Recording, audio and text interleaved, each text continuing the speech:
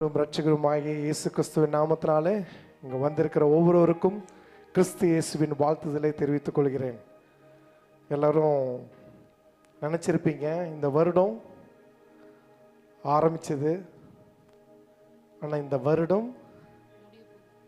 வருடம் முடிய போகுது. இந்த வருடம் ஆரம்பிக்கும் போது நான் ஒரு காரியம் சொன்னேன், எனக்கும் சேர்த்து தான் சொல்கிறேன்.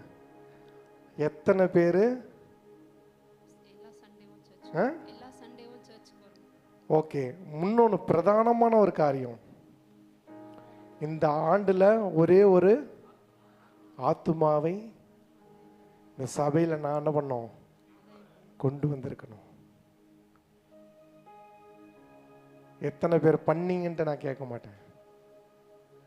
இன்னும் இந்த ஆண்டு முடியலை. இன்னும் இந்த ஆண்டு இன்னும் கிட்டத்தட்ட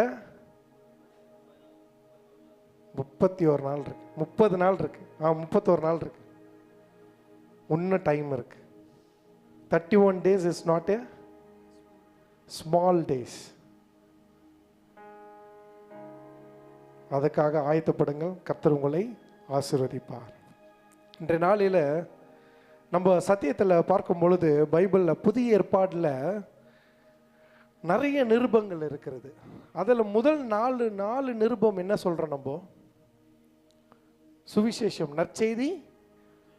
நற்செய்தி புஸ்தகங்கள், சுவிசேஷத்தை குறித்த அதிகமான காரியங்கள் சொல்லியிருக்குது. 4 புக்ஸு. அந்த 4 புக்ஸில் அதிகமான இடம் பெற்றவர்கள் எத்தனை பேர்? இயேசு கிறிஸ்து, மகதலேனா மரியாள், அப்புறம் இயேசு கிறிஸ்துவனுடைய சீஷர்கள். நிறைய இடங்களில் அவர்கள் பேர் வந்திருக்கிறது. ஏன்னால் நிறைய புஸ்தகங்களை சீஷர்கள் தான் எழுதியிருக்கிறாங்க. ஹல்லேலூயா. நான் எதுவும் மாற்றி சொல்லலை, தெளிவாக இருக்கீங்களா? இதில் புதிய ஏற்பாட்டில் இந்த 4 புஸ்தகங்கள் தவிர மற்ற நிறைய நிருபங்கள் எழுதப்பட்டு இருக்கிறது. அது யாரால? அப்போஸ்தலனாகிய டீச்சர் மட்டும்தான் சொல்லணும் இல்லை, நெக்ஸ்ட் டைம் டீச்சர் வாய் தரக்கூடாது. பவுல், அப்போஸ்தலனாகிய பவுல் நிறைய நிருபங்கள். எத்தனை நிருபங்கள் யாருக்குன்னா தெரியும்? ஆக்சுவலாக கணக்கு போட முடியாது, நிறைய நிருபங்கள் எழுதியிருக்கிறார். ஆனால் அஃபிஷியலி 13 நிருபங்கள் என்ன பண்ணியிருக்குது, நம்மளுடைய வேதாகமத்தில் இருக்குது. 13 நிருபங்கள். சரியா? இதில் ஏன் சொல்கிறேன்னா, இயேசு கிறிஸ்துவோடு கூட பிரயாணப்பட்டு அவருடைய உபதேசங்களை கேட்டு அவருடைய அற்புதங்களையும் அடையாளங்களையும் கண்கூடாக பார்த்த சீஷர்கள் ஊழியம் செய்தார்கள். ஆனால் அதை குறித்து அந்த சரித்திரத்தை அவர்கள் எழுத என்ன பண்ணியிருக்கிறாங்க, முடியாமல் போயிருக்கு. நிறைய பேர் அவங்க கதை எழுதியிருந்தாங்கன்னா, நடந்த சம்பவங்கள் எழுதியிருந்தாங்கன்னா, வேதாகமே நீங்கள் என்ன பண்ணியிருக்கணும், வேறு சைஸில் தூக்கிட்டு வந்திருக்கணும். ஆனால் சீஷியர்கள் அதை பண்ணலை. அப்படி பண்ணியிருந்தாலும் சில புஸ்தகங்கள்லாம் இருக்குது, ஆனால் அது என்ன பண்ணியிருக்குது, காலத்தால் அழிந்து விட்டது.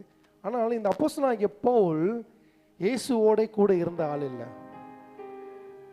இயேசு கூட இருந்த ஆள் இல்லை, இயேசுவோடு பிரயாணப்பட்ட ஆள் இல்லை. ஆனால் இயேசு கிறிஸ்துவை வஞ்சிக்கிறவனாக இருந்தான். எப்படி இருந்தான்? வஞ்சிக்கிறவனாக இருந்தான். அவருடைய சத்தியத்தை சொல்லுகிற எல்லாரையும் என்ன பண்ணான், துன்பப்படுத்தினான். பயங்கரமான ஆளாக இருந்தான். ஏன்னா அவர் ரோமாபுரிய சேர்ந்த ஒரு ஆள். அதனால பயங்கரமாக கிறிஸ்துவோடைய நற்செய்திக்கு எதிராக காணப்பட்ட ஒரு சவுல், கர்த்தர் என்ன பண்ணாரு, அவன் கண்ணை குருடாக்கி கர்த்தர் அவனுடைய இருதயத்தையும் அவனுடைய கண்ணையும் திறந்தார் திருப்பியும். ஹல்லேலூயா. இதுதான் கர்த்தர் செய்கிற செயல். அப்படிப்பட்ட பவுலை தான் நம்ம என்ன பண்ணுறோம், பார்க்க போகிறோம். பவுல் தன்னுடைய வாழ்க்கையில் இயேசு கிறிஸ்துவை சொந்த இரட்சகராக ஏற்றுக்கொண்டு அவர் என்ன பண்ணுறாரு, பலவிதமான இடங்களில் சென்று அவர் என்ன பண்ணுறாரு, ஊழியத்தை செய்ய ஆரம்பிக்கிறார். நம்ம எல்லாரும் சத்தியத்தை கேட்குறோம், ஊழியம் பண்ணுறோம். உண்மையாகவே எனக்கு சந்தோஷமாக இருந்தது. போன ஞாயிற்றுக்கிழமை நம்ம சபையிலேருந்து வில்லேஜ் மினிஸ்ட்ரி என்ன பண்ணியிருக்கிறீங்க, ஸ்டார்ட் பண்ணியிருக்கிறீங்க. எத்தனை பேர் வந்திருக்கிறீங்க? எத்தனை பேர் வந்தீங்க? நானும் வந்தேன், ஆனால் இங்கே வரல. நான் ஒரு அவசரத்தில் வந்துட்டு போனேன். சரியா? ஒன்னே ஒன்று சொல்கிறேன், நிறைய பெண்கள் மட்டும்தான் என் கண்கள் அங்கே பட்டாங்க. அப்படியா? அது சாரிங்க, மன்னிக்கவும். ஏன் பெண்கள் மட்டும்தான் பண்ணணும்?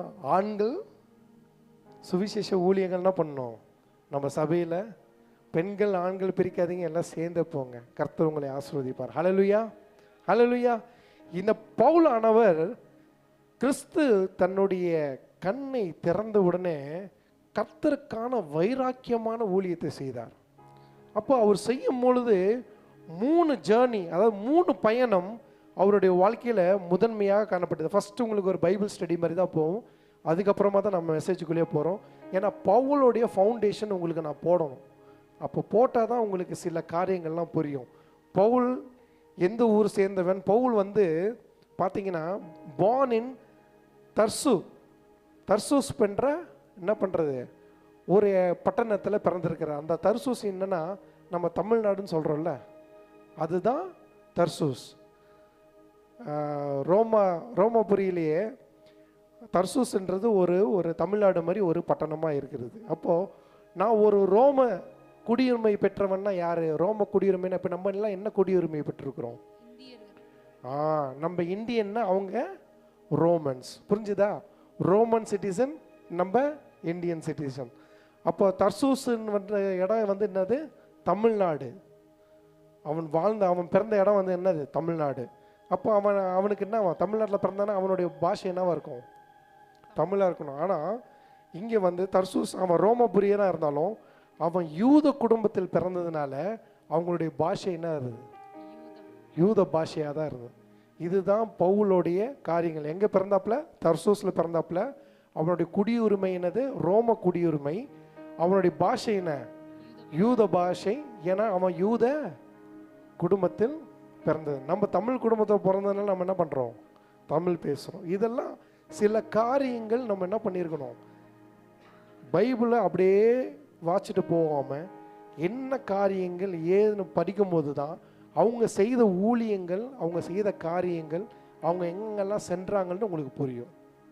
சரியா? இதுதான் பாலுடைய காரியங்கள். ஆனால் அவங்க இந்த குடும்பத்திற்கு முக்கியமான தொழில் என்ன தெரியுமா? அவங்களுடைய நம்மளுடைய இயேசு கிறிஸ்துவோடைய குடும்ப தொழில் என்னது?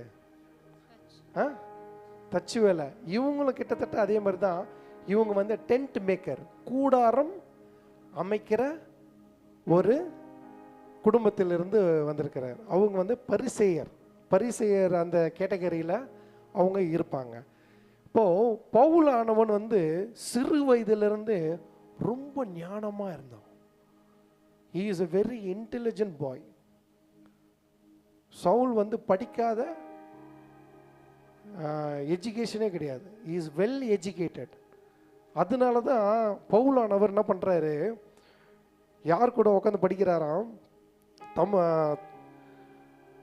அனனியா அவர் என்ன பண்ணுறாரு, ஃபஸ்ட்டு அவருடைய கண்ணை திறக்கும் பொழுது அவருக்கு சத்தியத்தை சொல்கிறது யாருன்னா அனனியா. அதுக்கப்புறமா கமாலியன் கிட்ட என்ன பண்ணியிருக்கிறாரு, சத்தியத்தை பூர்ணமாக படித்து கற்று பெற்றவர். இப்போ இந்த பவுலானவன் 3 பயணங்கள் மேற்கொண்டிருக்கிறார்.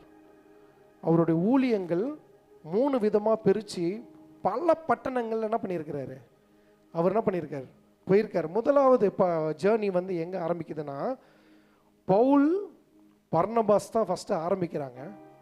அதுக்கப்புறமா என்ன இது, யோவான் என்கிற மார்க்கு அவங்களோட என்ன பண்ணுறாரு, ஜாயின் பண்ணுறாரு. இவங்கெல்லாம் சேர்ந்து வேணும்னா எழுதி வச்சுக்கோங்க. முதல்ல பவுல், பர்னபாஸ், யோவான் என்கிற மார்க்கு, இவங்க 3 பேர் தான் ஃபஸ்ட்டு ஊழியம் ஆரம்பிச்சிருக்கிறாங்க. அடுத்த ஊழியம் அடுத்த பயணம் பண்ணும்போது எப்பவுமே பவுலுக்கு ஒரு ஒரு காரியம் என்னென்னா, ஒரு பயணத்தில் ஒரு ஆளை கூட வச்சுக்கிட்டாருன்னா அடுத்த பயணத்தில் அவரோடய ட்ராவல் பண்ணணும்னு நினைக்க மாட்டார். அதுதான் ஒரு அப்போஸ்தலனுடைய பண்பு. அதுதான் நம்ம ஊழியத்தில் ஒரு ஆள் நல்லா செட் ஆயிடுச்சுன்னு வச்சுங்களேன், இவரோடையே நம்ம என்ன பண்ணோம், ஊழியத்தை ஓட்டிடலாம். இவரோட ஓட்டுறதுக்கு தான் உனக்கு கர்த்தர் ஊழியத்தை கொடுக்கல.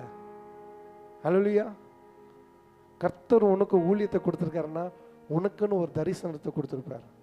அதன்படி தான் நீ என்ன பண்ணணும்? ஓடணும்.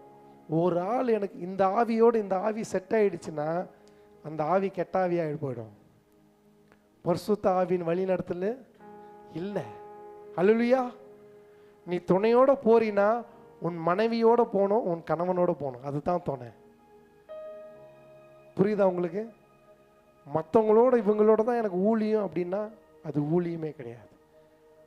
பவுல், பர்னபாஸ், யோவான் என்கிற மார்க்கு தான் முதல் பிரயாணத்தை ஏறெடுத்தார்கள். அடுத்த பிரயாணம் பவுல், சைலஸ், சீலா. அதுக்கப்புறமா என்ன ஆகுது? தீமோத்தியும் என்ன பண்றாரு? ஜாயின் பண்றாரு. தீமோத்தியும் லூக்கு இவங்கெல்லாம் சேர்ந்து 2ஆம் பயணம் மேற்கொள்றாங்க. தீமோத்தி கடைசியா ஜாயின் பண்றதுனால 3ஆவது பயணத்துல தான் மெயினா தீமோத்தியை கூட வச்சுக்கிட்டு பவுலும் தீமோத்தி என்ன பண்றாங்க? பல பட்டணங்கள் என்ன பண்ணியிருக்காங்க? கர்த்தருடைய சுவிசேஷத்தை கொண்டு சேர்ந்திருக்கிறாங்க. புரியுதா? இப்போ பால் எங்கே பிறந்தாரு, அவங்க குடும்பம் என்ன, அவங்க மொழி என்ன, என்ன வேலை செஞ்சாங்க, பால் எப்படியெல்லாம் படித்தார், சத்தியத்தை அறிஞ்சதுனால எத்தனை ஊழியங்கள் பண்ணார், எத்தனை பிரயாணம் பண்ணார்? 3 பிரயாணம் பண்ணார். இதெல்லாம் பாலுடைய அடிப்படை காரியங்கள். இதெல்லாம் தெரிஞ்சிட்டாதான். ஏன்னா புதிய ஏற்பாடில் 13 புஸ்தகங்கள் அவர் எழுதினது நம்ம படிக்கிறோம், சத்தியத்தை அறிஞ்சிருக்கிறோம். ஆனால் எழுதுவருடைய அடிப்படையோட காரியங்கள் என்ன பண்ணோம்? நம்ம என்ன பண்ணியிருக்கணும்? தெரிஞ்சிருக்கணும்.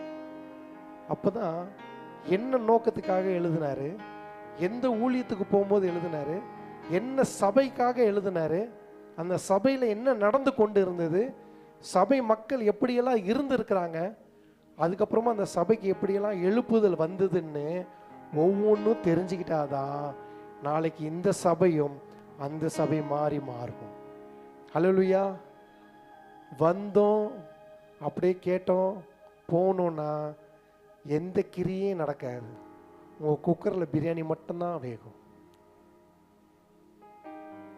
அவ்வளோதான். கர்த்தருடைய ஓய்வு நாள் சூப்பராக முடிஞ்சு.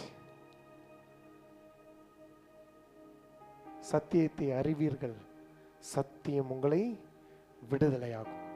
நம்ம கர்த்தருடைய வார்த்தையை படிக்கும்போது தியானிக்கும் பொழுது என்ன நடக்குது, எதற்காக எழுதப்பட்டாங்க எல்லாம் புரிஞ்சுக்கிட்டா உங்களுக்கு ரொம்ப இன்ட்ரெஸ்டாக இருக்கும். பைபிள் வாசிக்க வாசிக்க உங்களுக்கு இன்ட்ரெஸ்டிங்காக இருக்கும். நிறைய விஷயங்கள் உங்களுக்கு கனெக்ட் ஆகும். எடுத்து வாசியங்கள். அப்போஸ்தலர் நடபடிகள் 16ஆம் அதிகாரம் 13 32 வரைக்கும் நம்ம பார்க்க போறோம்.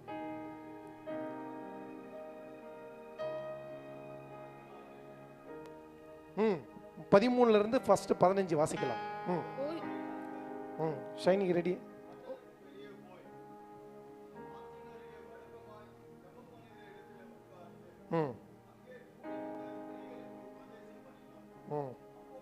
உபதேசித்தோம்.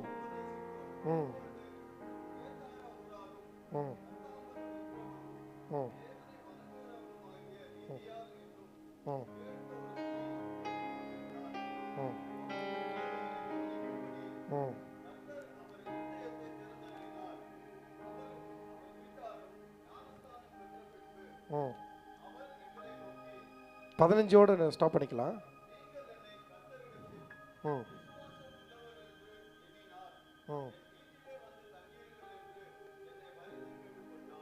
ஹல்லேலூயா. கண்களை மூடி தலைகளை தாழ்த்தி இந்த வார்த்தை நமக்கு பிரயோஜனமாக இருக்க கர்த்தர் நம்மோடு இடைப்படணும் என்று உங்கள் இருதயத்தில் நீங்க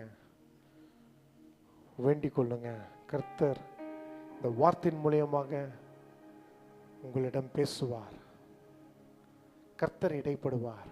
நம் முன்பதாகவே சொன்னது போல அவர் ஆல்ரெடி இங்கே வந்துட்டார். நம்ம இங்கே ஆயத்தமாக வந்திருக்கிறோமா? என் இருதயம் கர்த்தருக்கு நேராக திறக்கப்பட்டிருக்கிறதா? அவர் மெல்லிய சத்தத்தை கேட்க நான் ஆயத்தமாக வந்திருக்கிறேனா? ஆண்டவரே, நீங்க பேசுங்க. நீர் பேசும், நாங்கள் கேட்கிறோம். எங்கள் பாத்திரம் வெறுமையாக வந்திருக்கிறது. இந்த வேளையிலே அந்த பாத்திரத்தை நீங்கள் நிரப்ப வேண்டுமாய் ஜெபிக்கிறோம்.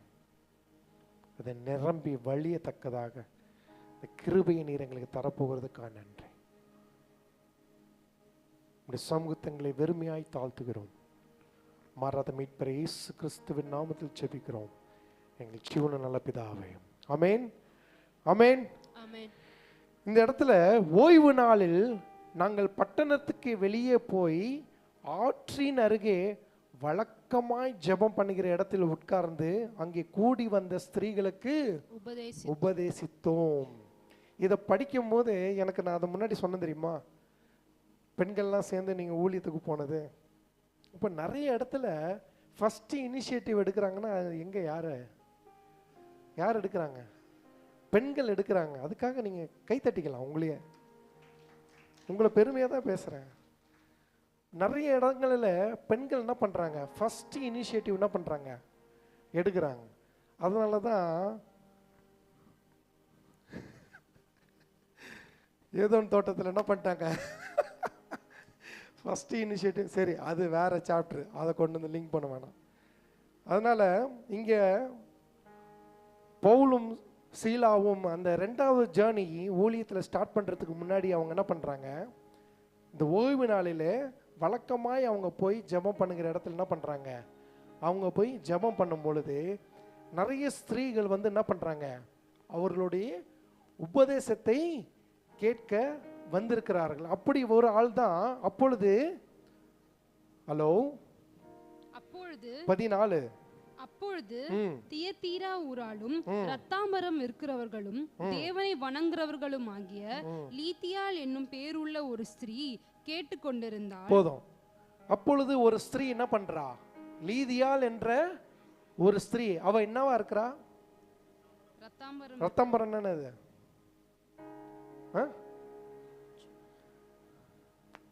ரத்தாம்பரம்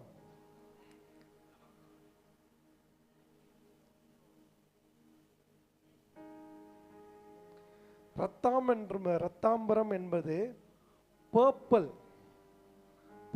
கலர் ஃபேப்ரிக். அவன் என்ன பண்றா, துணி வியாபாரம் பண்ணுகிற கம்பளம் கிடையாது. இட்ஸ் நாட் ஏ கார்பெட் கம்பளம் கிடையாது. பர்பிள் என்றது ரத்தாம்பரம். அந்த காலத்தில் கத்திரிப்பூ கலர் சொல்கிறோம் தெரியுமா, அந்த கத்திரிப்பூ கலர் தான் ரத்தாம்பரம்னு இங்கே எழுதியிருக்கிறது. ஆனால் ஒரிஜினல் டிரான்ஸ்லேஷன் வந்து என்னது, பர்பிள் ஃபேப்ரிக். அந்த ஃபேப்ரிக் வந்து யாருன்னா, ரொம்ப வசதி படைத்தவர்கள், பெருமையாக இருக்கிறவர்கள், ஒரு ராயல் ஃபேமிலியில் வாழ்கிறவங்கள இப்படிப்பட்ட ஒரு ஃபேப்ரிக் ட்ரெஸ்ஸை தான் வாங்கி அவங்க என்ன பண்ணுவாங்க, போடுவாங்க. அப்போது she is a good business women. அவள் கஷ்டப்படுறவள என்ன கிடையாது, she is doing a good business. ஆனால் அவளுக்கு என்ன பண்ணுற, அந்த இடத்துல அவள் சுவிசேஷம் கேட்கும் பொழுது இங்கே என்ன நடக்குது, அவள் வரா, தேவ பக்தி உள்ளவனா இருக்கிறா. ஆனால் அவள் சுவிசேஷம் கேட்கும் பொழுது இங்கே வசனத்தில் எழுதப்பட்டிருக்குது, என்ன போட்டிருக்குது, பவுல் சொல்லியவைகளை கவனிக்கும்படி கர்த்தர் அவள் இருதயத்தை திறந்தருளினார். இப்போ நம்ம சத்தியத்துக்குள்ள ஜெபிக்கும் பொழுது, ஐ மீன் சத்தியம் கேட்கறதுக்கு முன்பதாக நம்ம ஜெபிக்கும் பொழுது என்ன ஜெபம் பண்ணோம், ஆண்டவரே என்னுடைய இருதயத்தை நம்மளுடைய இருதயம் திறக்கப்படலைன்னா சத்தியம் உங்கள் இருதயத்திற்கு செல்லாது. இருதயம் திறக்கப்படலைன்னா சத்தியம் உங்கள் இருதயத்துக்குள்ள செல்லாது. அப்படி செல்லனா அங்க கிரியை நடக்காது. அதான் கர்த்தருடைய வார்த்தை. இவ கர்த்தரை அறிந்திருக்கிறாள். முன்னாடியே போட்டிருக்குது, என்ன போட்டிருக்குதுன்னா, அப்பொழுது தியத்தீரா ஊராலும் ரத்தாம்பரம் இருக்கிறவர்களும் தேவனை வணங்குகிறவர்களும். நல்லா கேட்டுக்கோங்க, தேவனை வணங்குகிறவர்கள். அப்போ ஆல்ரெடி அவள் தேவனை அறிஞ்சிட்டா, தேவனை அறியப்பட்டவள் தான். ஆனா அங்க சத்தியத்தை கேட்கும் பொழுதுதான் இங்க வசனம் எழுதியிருக்கிறது, அவளுடைய இருதயம் திறக்கப்பட்டிருக்கிறது. இப்படிதான் நம்ம வாழ்க்கையில கிறிஸ்தவர்களாவே சுத்திக்கிட்டு இருக்கோம்.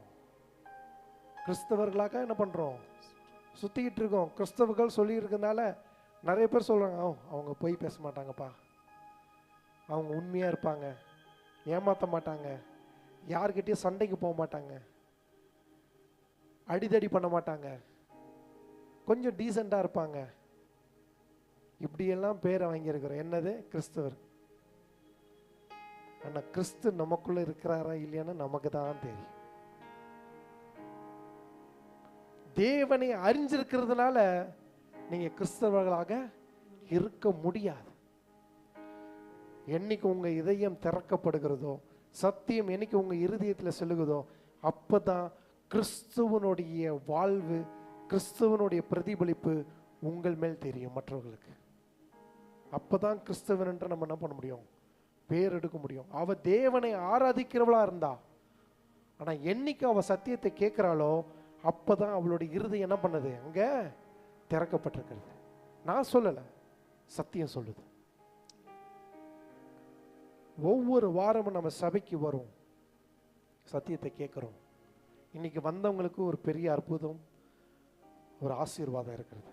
கர்த்தர் உங்களுடைய எதிர்பார்ப்பை அவர் என்ன பண்றாரு, இந்த எதிர்பார்ப்பை கர்த்தர் உங்களுக்கு என்ன பண்ணுவாரு, ஆசீர்வாதமாக மாற்றி தருவார்.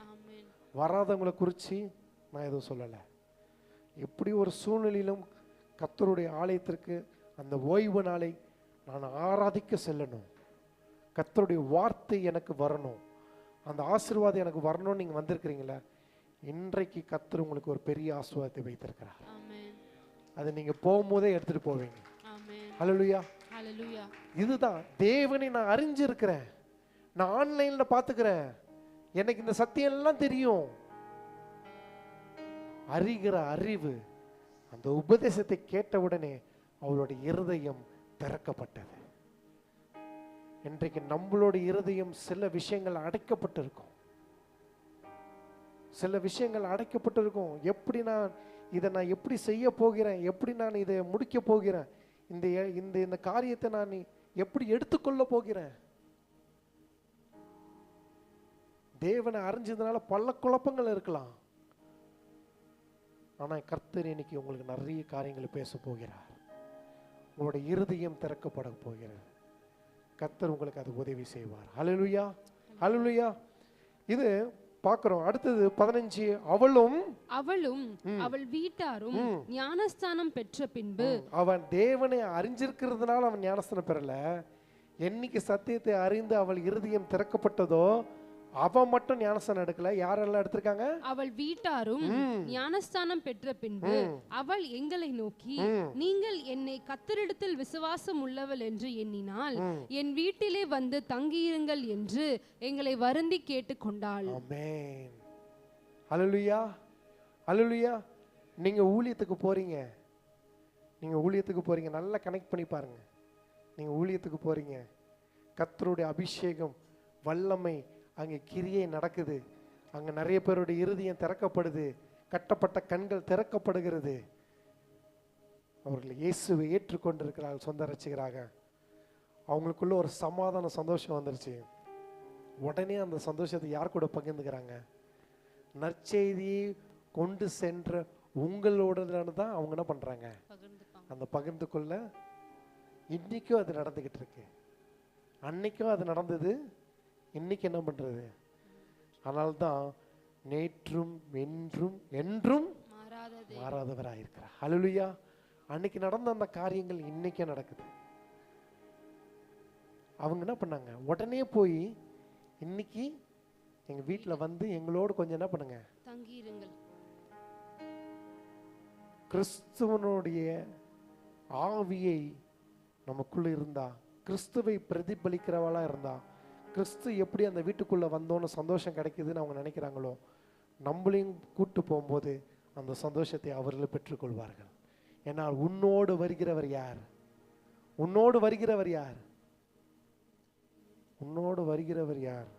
உனக்குள்ள இருக்கிறவர் யார்? ஆஹா, ஃபர்ஸ்ட்ல இருந்து ஆரம்பிக்கணும் போல இருக்கேன். சரி, அடுத்த வசனம் வாசிப்போம். நாங்கள் ஜெபம் பண்ணுகிற இடத்துக்கு போகையில் குறி சொல்ல ஏவுகிற ஆவியை கொண்டிருந்து குறி சொல்லுகிறதினால் தன் எஜமான்களுக்கு மிகுந்த ஆதாயத்தை உண்டாக்கின ஒரு பெண் எங்களுக்கு எதிர்பட்டாள். நல்லா கேளுங்க. நாங்கள் ஜெபம், அந்த ஜெபம்லாம் பண்ணி முடிச்சிட்டாங்க, அந்த இடத்துக்கு போயிட்டாங்க. அந்த இடத்துல ஜெபம் பண்ணும் பொழுது என்ன பண்றாங்க, நாங்கள் ஜெபம் பண்ணுகிற இடத்திற்கு போகையிலே யார் வரா? குறி சொல்ல ஏவுகிற, குறி சொல்லுகிற. குறி சொல்லுன்னா அந்த காலத்துல என்ன ஆகுது, அசுத்தாவி அவங்களுக்குள்ள இருக்கும் பொழுதுதான் குறி சொல்ல முடியும். பரிசுத்த ஆவி உனக்குள்ள இருக்கும் பொழுது உன்னால குறி சொல்ல முடியாது. சத்தியத்தை மட்டும்தான் சொல்ல முடியும். சத்தியத்தை மட்டும்தான். குறி சொல்லுகிற ஆவி இங்க போட்டிருக்குது. குறி சொல்லுகிற ஆவியை கொண்டிருந்து குறி சொல்லுகிறதினால் தன் எஜமான்களுக்கு மிகுந்த ஆதாயத்தை உண்டாக்கின ஒரு பெண் எங்களுக்கு எதிர்பட்டாள். சோ குறி சொல்றது ஒரு பிசினஸாவே என்ன பண்ணிருக்காங்க அந்த காலத்துல வச்சிருக்கிறாங்க. அதுக்குன்னு சில பேர் என்ன பண்றாங்க, ஒரு சில பேரை தேர்ந்தெடுத்து அப்போ அவங்களுக்கு அப்படிப்பட்ட ஒரு ட்ரைனிங் என்ன பண்றாங்க, கொடுக்குறாங்க. இல்லைன்னா அந்த அசுத்தாவி அவங்க மேல ஏற்ற வைக்கிறதுக்கு பல விதமான செய்கள் என்ன பண்ணியிருக்கிறாங்க அந்த காலத்துல செய்திருக்கிறார்கள். அதனாலதான் இங்க போட்டிருக்குது குறி சொல்லுகிற பெண்ணுன்னு சொல்லலையே, குறி சொல்லுகிற என்ன போட்டிருக்கா, ஆவி போட்டிருக்கா, படிங்க. ஏவுகிற ஆவி. குறி சொல்லுகிறதினால் தன் எஜமான்களுக்கு மிகுந்த ஆதாயத்தை உண்டாக்கின ஒரு பெண் எங்களுக்கு எதிர்பட்டாள், இடைப்பட்டாள். அப்போ அது ஒரு பிசினஸாவே என்ன பண்ணியிருக்காங்க அந்த காலத்துல பண்ணியிருக்காங்க. ஆனா அப்படிப்பட்ட ஒரு அசுத்தாவி இருக்கிறவள், குறி சொல்கிறவள், அடுத்த வசனத்துல என்ன சொல்றா பாருங்க. அவள் பவுலையும் எங்களையும் பின்தொடர்ந்து வந்து, அவ சும்மா போல இவங்க எங்கெங்கெல்லாம் போய் ஜெபம் பண்றாங்களோ அவங்க பின்னாடியே பல நாட்கள், இது ஒரு நாள் இல்லை, நல்ல சத்தியத்தை வாசிங்க, ரொம்ப நாளா அவங்க பின்னாடியே போய் அவ ஒரு காரியத்தை சொல்லிட்டு இருக்கா. என்னன்னு, இந்த மனுஷர் உன்னதமான தேவனுடைய ஊழியக்காரர், ரட்சிப்பின் வழியை நமக்கு அறிவிக்கிறவர்கள் என்று சத்தமிட்டாள். ஹல்லேலூயா, ஹல்லேலூயா, ஹல்லேலூயா. பரிசுத்த ஆவி உங்களிடத்துல இருக்கும் பொழுது, கிறிஸ்து உங்களுக்குள்ள இருக்கும் பொழுது, கிறிஸ்துவனுடைய வாழ்க்கையை நீங்க மற்றவர்களுக்கு பிரதிபலிக்கும் பொழுது யார் உங்களுக்கு சாட்சி கொடுக்கிறா? குறி சொல்லுகிறார். பிசாசே உங்களுக்கு சாட்சி சொல்லுது. ஹல்லேலூயா. நல்லா வாசிங்க, திருப்பி ஒரு வாசிங்க. அவள் பவுலையும் எங்களையும் பின்தொடர்ந்து வந்து, இந்த மனுஷர் உன்னதமான தேவனுடைய ஊழியக்காரர், ரட்சிப்பின் வழியை நமக்கு அறிவிக்கிறவர்கள் என்று சத்தமிட்டாள். சத்தமிட்டாள். இப்படிப்பட்ட சாட்சி யாராவது கொடுக்க முடியுமா? கொடுக்க முடியுமா? கொடுக்க முடியாதா? பிசாசு சாட்சி கொடுக்குது. அப்ப எப்படிப்பட்ட ஆவியை அவங்க வைத்திருக்கிறார்கள், அவங்க ஜெபம் எவ்வளவு வைராக்கியமா இருந்தது, எப்படி வல்லமையான ஊழியங்களை அவர் என்ன பண்ணியிருக்கிறாங்க, செய்து கொண்டு வந்திருக்கிறார். அப்ப அவளே இவங்க போய் அவளுக்கு ஜெபம் பண்ணல, நல்லா தெரிஞ்சுக்கோங்க. இவங்க போய் அவளுக்கு ஜெபம் பண்ணி எப்படி அவளுடைய இருதயம் திறக்கப்பட்டதோ, இவள் ஆவி அவளுடைய சரீரத்தை விட்டு போய் அவ கண்கள் திறக்கப்படல. கர்த்தருடைய அபிஷேகம் எப்படியெல்லாம் செயல்படுதுன்ட்டு நீங்க இந்த சத்தியத்துல பாருங்க. இவங்க செல்கிற இடமெல்லாம் இவள் என்ன பண்றா, ஏன்னா இவளு ரோடா போய் என்ன பண்ணணும், குறி சொல்லணும், சம்பாத்தியத்தை வாங்கணும். ஏன்னா இவளுக்கு மேல ஒரு எஜமானன் இருக்கா, அவங்க அந்த சம்பாத்தியத்தை கொண்டு போய் என்ன பண்ணணும், கொடுக்கணும். புரிஞ்சுதா? ஃபாலோ பண்றீங்களா? புரியுதா? இதுதான் அவங்களுக்கு பிசினஸே. இவள் அதுக்கு தான் நியமிச்சு வச்சிருக்கிறாங்க. ஆனா அப்படிப்பட்டவள் அந்த இடத்துக்கு போகும்போது என்ன சாட்சி கொடுக்கிறாள்? திருப்பி வாசிமா. இந்த மனுஷர் உன்னதமான தேவனுடைய ஊழியக்காரர், ரட்சிப்பின் வழியை நமக்கு அறிவிக்கிறவர்கள் என்று சத்தமிட்டாள். சத்தமிட்டாள். ஒரு பிசாசு ஆதிக்கத்துக்குள்ள இருந்து குறி சொல்றவளே சத்தமாக சாட்சி கொடுக்கிறாள். கிறிஸ்துவை அறிந்த நாம் ஒரு ரோட்ல போய் இயேசுதான் ரட்சகர் என்று சொல்ல முடியுமா? சொல்ல முடியுமா? அப்படிப்பட்ட அபிஷேகம் நமக்குள்ள இருக்கணும். அந்த வைராக்கியம் உனக்குள்ள இருக்கும் பொழுதுதான் அந்த தைரியமும் வரும். அல்லேலூயா. அடுத்த வசனம். இப்படி அநேக நாள் செய்து கொண்டு வந்தால் பவுல் சினம் கொண்டு திரும்பி பார்த்து, இப்போ என்ன என்ன போட்டிருக்கு? இப்படி அநேக நாள் செய்து கொண்டு வந்தால். நான் முன்னாடியே சொன்ன தெரியுமா, அவ ஒரு தடவை சொல்லல, அவங்க எங்கெங்கெல்லாம் செல்றாங்களோ அங்கங்கெல்லாம் போய் இவ என்ன பண்றா? சாட்சி கொடுக்கிறா.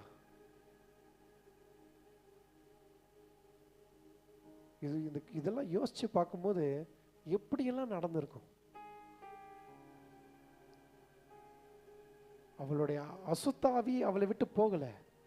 ஆனா அசுத்தாவியினால் நிரப்பப்பட்டவள், அவளால சென்ஸ் பண்ண முடியுது இவங்க பரிசுத்தவான்கள், இவள் ஆராதிக்கிற தேவன் யார் என்று, அவர் பெரியவர் என்று அந்த பிசாசு என்ன பண்ணுது? தெரிஞ்சு வச்சிருக்கிறது. நமக்கு தான் தெரியல. தொடர்ந்து வாசியுங்கள். அவள் இப்படி அநேக நாள் செய்து கொண்டு வந்தால் பவுல் சினம் கொண்டு திரும்பி பார்த்து, நீ இவளை விட்டு புறப்படும்படி. அன்னைக்குதான் அவளுக்கு விடுதலை. பல நாட்கள் பவுல் என்ன பண்ணிருக்கிறார்? பார்த்திருக்கிறார். ஆனா அன்னைக்குதான் கர்த்தர் பவுலுக்கு கட்டளையிட்டு இருக்கிறார். இன்னைக்குதான் அவளுடைய விடுதலையின் நாள். இன்னைக்குதான் அவளுடைய விடுதலையின் நாள். அப்போ அவர் என்ன பண்ண? சினம் கொண்டு திரும்பி பார்த்து, நீ இவளை விட்டு புறப்படும்படி இயேசு கிறிஸ்துவின் நாமத்தினாலே உனக்கு கட்டளையிடுகிறேன் என்று அந்த ஆவியுடனே சொன்னான். அந்நேரமே அது புறப்பட்டு போயிற்று. அந்நேரமே அது புறப்பட்டு போயிற்று. இதுதான் கர்த்தருடைய செயல்பாடு.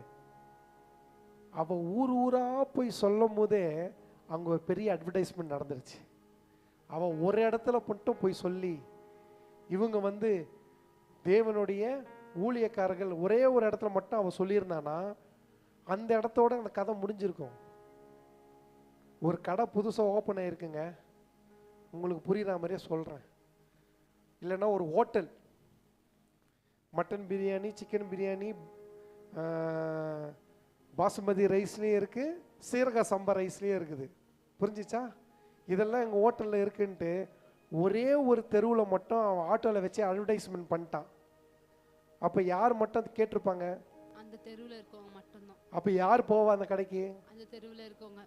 ஆனால் அநேக நாட்கள் ஆட்டோ தெரு தெருவா அந்த ஊர் இல்லாமல் பக்கத்து ஊர் எல்லா ஊர்லேயும் போய் சொல்லும் பொழுது எத்தனை கஸ்டமர்ஸ் வருவாங்க? இப்போ புரிஞ்சிச்சா? அவ ஒரு இடத்துல ஊழியம் பண்ணும்போது ஒரு இடத்துல மட்டும் அந்த அசுத்தாவி கொண்டவள் குறி சொல்றவ போய் சொல்லலை, சாட்சி கொடுக்கல. இவங்க செல்கிற இடமெல்லாம் என்ன பண்ணியிருக்கிறாரு? இடங்களில் போய் அவ சொல்லும் பொழுதுதான் ஒரு நாள் கர்த்தர் என்ன பண்ணாரு? பவுல் இடத்துல சொல்லிட்டாரு, இன்னைக்கு அவளை அசுத்தாவி அவளை விட்டு என்ன பண்ணணும்? நீங்கி போகணும். இயேசு கிறிஸ்துவின் நாமத்தினால் என்ன பண்ணாரு? அதை கட்டளையிட்டாரு. அந்த அசுத்தாவியை அவளை சரீரத்தை விட்டு நீங்கிட்டு. இன்னொரு வாட்டி அந்த வசனத்தை வாசிங்க. இப்படி அநேக நாள் செய்து கொண்டு வந்தால் பவுல் சினம் கொண்டு திரும்பி பார்த்து, நீ இவளை விட்டு புறப்படும்படி இயேசு கிறிஸ்துவின் நாமத்தினாலே உனக்கு கட்டளையிடுகிறேன் என்று அந்த ஆவியுடனே சொன்னான். அந்நேரமே அது புறப்பட்டு போயிடுச்சு. இதுதான் கர்த்தருடைய செயல்பாடு. இதுதான் கர்த்தருடைய செயல்பாடு. நிறைய நாள் நம்ம நினைச்சிருப்போம், இன்னும் இந்த காரியம் நம்மளை விட்டு போகல, இன்னும் என் வாழ்க்கையில் இதெல்லாம் நடக்கல. எல்லாத்துக்கும் காலம்னு ஒன்று இருக்கு. காலம் அவர் கரத்தில் இருக்கிறது. உங்க கரத்தில் இருந்தா உங்க வேண்டிக்கு என்ன பண்ணுவீங்க? நீங்க செஞ்சு முடிச்சிருவீங்க. அது எப்ப செய்யணும், எப்படி செய்யணும், எங்க செய்யணும், எதை வச்சு செய்யணும்னு கர்த்தருக்கு தெரியும். ஹல்லேலூயா. எப்படி அநேக நாட்கள் இவ என்ன பண்ணா? இவளுடைய அந்த அசுத்தாவி இவளை விட்டு நீங்கணுன்றதுக்காகவே இவங்க பின்னாடி சுத்தி இருக்கலாம்ல. அவ இப்படி யோசிச்சு பாருங்க. இந்த அசுத்த ஆவி இவளை விட்டு நீங்கணும்ட்டு அவன் நினைச்சு கூட என்ன பண்ணிருக்கலாம், இந்த ஊழியக்காரர்கள் செல்கிற இடத்துல என்ன பண்ணிருக்கலாம், அவ பின்னாடியே போய் அவ சாட்சி கொடுத்துக்கிட்டே இருக்கிறான். ஒரு பக்கம் குறியும் சொல்லிட்டு இருக்கா, ஒரு பக்கம் இவங்களை பார்த்து என்ன பண்றா, சாட்சியும் கொடுத்துக்கிட்டு இருக்கா. கர்த்தர் நினைச்சாரு, போதுமா, மற்றவங்க எல்லாம் பிரைஸ் பண்றதோட நீ அதிகமா என்ன பிரைஸ் பண்ணிட்ட, இன்னியோட உன்னுடைய சிறையிருப்பு மாற்றப்படும், இன்னையோடு உன்னோட சிறையிருப்பு மாற்றப்படும், இன்னையோடு உன்னுடைய பாரங்கள் இறக்கப்படும். இன்னைக்கு அந்த விடுதலை நாள் இன்னைக்குதான். இயேசு கிறிஸ்துவின் நாமத்தினாலே அந்த ஆவி அவளை விட்டு சென்றது. ஹல்லேலூயா. இன்னைக்கு என்னென்னலாம் தடைகள் இருக்கிறதோ உங்கள் வாழ்க்கையில, எப்படியெல்லாம் கட்டப்பட்டிருக்கிற நீங்க நினைக்கிறீங்களோ, என்னென்ன பாரங்கள் இருக்கிறதோ, கர்த்தர் அதுக்கு டைம் கொடுக்கிறார். இருக்குதுன்ட்டு புலம்பாதீங்க. கர்த்தருக்காக சாட்சியாக இருங்க, சாட்சி கொடுத்துக்கிட்டே இருங்க. பவுல் எப்படி சினம் கொண்டு திரும்பி பார்த்து இப்படி அநேக நாள் செய்து கொண்டு வந்தால், பவுல் சினம் கொண்டு திரும்பி பார்த்து, நீ இவளை விட்டு புறப்படும்படி இயேசு கிறிஸ்துவின் நாமத்தினாலே உனக்கு கட்டளையிடுகிறேன் என்று. அந்த நாள் வரும், அந்த நாள் வரும், அது சீக்கிரமாக வரும். உன் பாடுகள் மாறும், உன் பிரச்சனைகள் மாறும், உன் சூழ்நிலை மாறும். பிசாசு என்னென்னலாம் உங்களுக்கு வர வேண்டிய ஆசீர்வாதத்தை தடுத்து வைத்திருக்கிறானோ அது கொஞ்ச நாள் தான். நீ உற்சாகமாய் உன் உள்ளத்தின் ஆழத்திலிருந்து கர்த்தருக்கு நீங்க சாட்சி கொடுத்துக்கிட்டே இருங்க. அந்த விடுதலை நாள் கர்த்தர் சீக்கிரம் கொண்டு வருவார். உன் சூழ்நிலை மாறும், உன் நிலைமை மாறும். அவ எவ்வளவு பெரிய பாரத்தை இறக்கி வச்சிருவா, நல்லா தெரிஞ்சுக்கோங்க. அவ குறி சொன்னாதான் அவளுக்கு காசு. அந்த காசு அவளுக்கு கூட கிடையாது. அவளை வச்சு ஆட்டி படைக்கிற அந்த எஜமானுங்களுக்கு என்ன பண்ணணும், அந்த காசு கொண்டு போய் என்ன பண்ணணும், கொடுக்கணும். இப்போ ஆல்ரெடி அவ என்ன பண்ண, அடிமைப்பட்டு இருக்கிறா. கூட பிசாசும் அவன் என்ன பண்ணிருக்குது, அவளை ஆட்கொண்டு இருக்கிறது. எவ்வளவு கஷ்டம் அந்த பெண்மணினால. ஒரு பெண்ணா நீங்க நினைச்சு பாருங்க. ஆனா கர்த்தர் அந்த சிறையிருப்பை மாற்றினார். ஹல்லேலூயா, ஹல்லேலூயா. அந்த விடுதலை தான் நம்ம வாழ்க்கையில வேணும். தொடர்ந்து வாசிங்கள். அவளுடைய எஜமான்கள் தங்கள் ஆதாயத்து நம்பிக்கையை அற்று போயிற்று என்று கண்டு, இப்ப யாருக்கு கோபம் வந்துருச்சு, எஜமான்கள். அவளை வச்சு சம்பாதிச்சானுங்க நிறைய பேரு. ஆனா அந்த பிசினஸே என்ன பண்ணிட்டார் ஆண்டவரே, க்ளோஸ் பண்ணிட்டார்.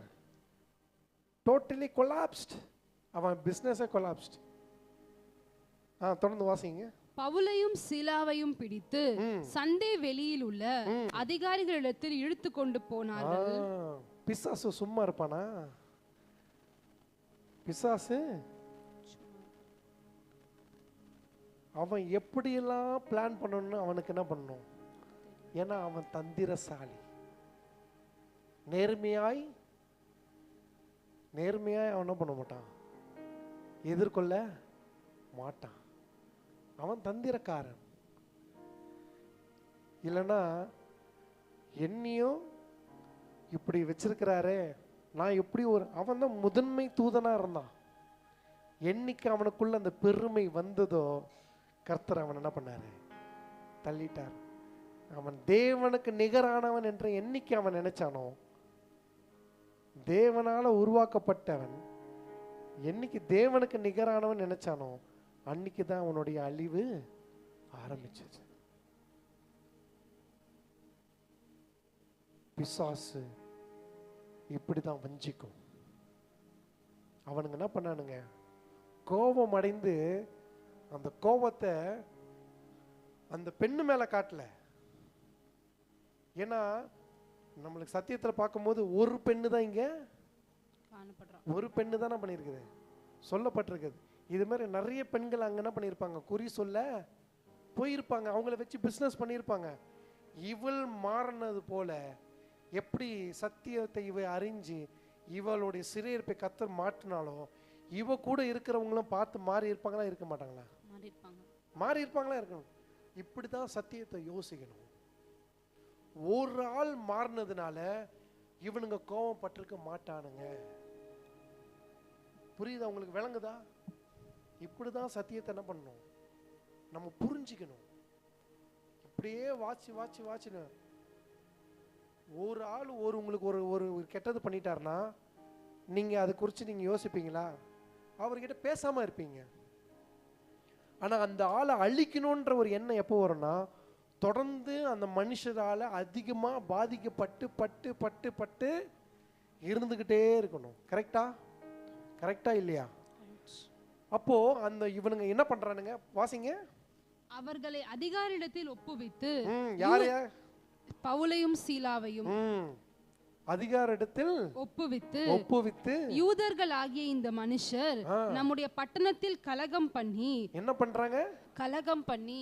அப்போ கலகம் பண்றாங்கன்னா, ஒரு ஸ்திரீ ரட்சிக்கப்பட்டதினால் மாத்திரம் அல்ல, அநேக பேர் என்ன பண்ணியிருக்கிறாங்க, கிறிஸ்துவை ஏத்து கொண்டிருக்கிறார்கள். அவர்கள் என்ன பண்றாங்க, அவருடைய நாமத்தினாலே அந்த கட்டுகள்லாம் உடைக்கப்பட்டு அவர்கள் விடுதலையாக்கப்பட்டிருக்கிறார்கள். அந்த உடைய கோபத்தின் வெளிப்பாடு தான் அவங்க பிஸ்னஸ்லாம் போயிடுச்சுன்ட்டு இவனுங்க என்ன பண்றானுங்க, போய் இவனுங்க தான் கலகம் பண்றானுங்க. ஆனா இவங்க கலகம் பண்றாங்கன்னு நல்லா வாசிங்க. அவர்கள் அதிகாரிடத்தில் ஒப்புவித்து, யூதர்கள் ஆகிய இந்த மனுஷர் நம்முடைய பட்டணத்தில் கலகம் பண்ணி, ரோமராகிய நாம் ஏற்றுக்கொள்ளவும் அனுசரிக்கவும் தகாத முறைமைகளை போதிக்கிறார்கள் என்றார்கள். தகாத முறைமைகளை போதிக்கிறார்கள் என்றார்கள். அப்போ மொத்த அலிகேஷன் யார் மேல வந்துருச்சு? பவுலும் சீலாவும். அவங்க பண்ணது என்ன? போய் ஜெபம் பண்ணார்கள், சத்தியத்தை அறிவித்தார்கள், அடைக்கப்பட்ட இருதயம் திறக்கப்பட்டது, அவங்க மேல் இருக்கிற அசுத்தாவி நீங்கினது, கர்த்தருடைய இரத்தத்தினால அவங்க என்ன பண்ணாங்க, கழுவப்பட்டார்கள், அவர் நாமத்தினாலே சுகத்தை பெற்றுக்கொண்டார்கள். இதுதான் பண்ணாங்க. ஆனா அவங்களுக்கு வந்த பேர் என்னன்னா, கலகம். உன் வாழ்க்கையிலையும் இப்படிதான். நீ நல்லது பண்ணி உனக்கு பேரை கலகன்னு வந்துச்சா, வாங்கிட்டு போங்க. நீங்க நிரூபிக்க வேண்டியது மனுஷர்கிட்ட இல்ல, நீங்க நிரூபிக்க வேண்டியது யாரு? கர்த்தர் இடத்துல. கர்த்தர் உன்னை மற்றவர்களிடத்துல நிரூபிப்பார். ஹல்லேலூயா. நான் உத்தமன், நான் நல்லவன், நான் கலகம் பண்ணாதவன் நீங்க மனுஷர்கிட்ட போய் சொல்லுங்க, மனுஷன் ஏத்துக்க மாட்டான். ஆனா நீ கலகம் இல்லாதவன் கர்த்தர் அவங்க கண்ணுக்கு வெளிப்படுத்தும் பொழுது உன் வாழ்க்கை மாறும். ஹல்லேலூயா. உங்களுக்காக நீங்க போய் போராடாதீங்க. உங்களுக்காக வழக்காடுகிறவர் யாரு? நம்ம ஒரு பெரிய அட்வொகேட் வச்சிருக்கிறோம். ஆனா நீங்க முறையிடுறது யார்கிட்ட? கிறிஸ்து கிட்ட மட்டும்தான் நீங்க முறையிடணும். ஹல்லேலூயா. அவர்கிட்ட போய் அழுங்க. மனுஷர் முன்பாக நீங்க அழுதீங்கன்னா உங்கள் கண்ணீர் வீண். உங்க கண்ணீர் வீண். கர்த்தருடைய சமூகத்தில் உட்கார்ந்து அவர் பாதத்தில் உட்கார்ந்து அழுங்க. அந்த கண்ணீருக்கு கர்த்தர் பதிலை தருவார். ஆமென். ஹல்லேலூயா. ஹல்லேலூயா. அந்த பதிலை பெற்றுக்கணும். என்னத்துக்கு கரங்களை தட்டி கர்த்தருடைய நாமத்தை மகிமைப்படுத்துறீங்க? உங்கள் கண்ணீருக்கு கர்த்தர் என்ன பண்றாரு? பதில் கொடுக்கிறார். உலகம் உன்னை 1000 சொல்லட்டும், எது வேணாலும் சொல்லட்டும், அதை குறித்து நீங்க கவலைப்பட்டீங்கன்னா நீங்க இன்னும் உலகத்துக்கு பின்னாடி தான் இருக்கிறீங்க, உலகத்துக்கு பயந்து தான் இருக்கிறீங்க.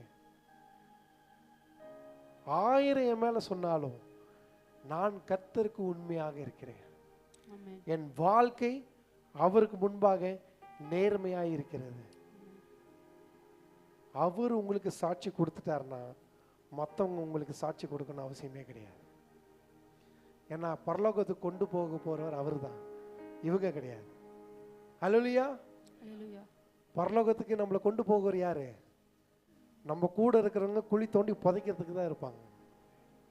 புரியுதா? அதுதான் அவங்க நம்மளுக்கு செய்ய வேண்டிய கடைசி உதவி, மரியாதை எல்லாம். ஆனா பரத்துக்கு இந்த பரலோக வாசலில் காலை வைக்க நம்மளை கூட்டு செல்லுகிறவர் யாரு? நம்ம யூத ராஜசிங்கம் இயேசு கிறிஸ்து மாத்திரமே. ஹல்லேலூயா, ஹல்லேலூயா.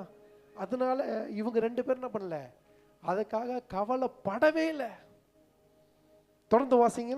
அப்பொழுது ஜனங்கள் கூட்டம் கூடி அவர்களுக்கு விரோதமாய் எழும்பினார்கள். இந்த ஜனங்க ஒன்றும் மாறவே இல்லைங்க. குற்றமில்லாத ஒரு ஆட்டுக்குட்டி அடிக்கப்பட்டது. குற்றமில்லாத ஒரு ஆட்டுக்குட்டி அடிக்கப்பட்டது. நமக்காக வந்தது.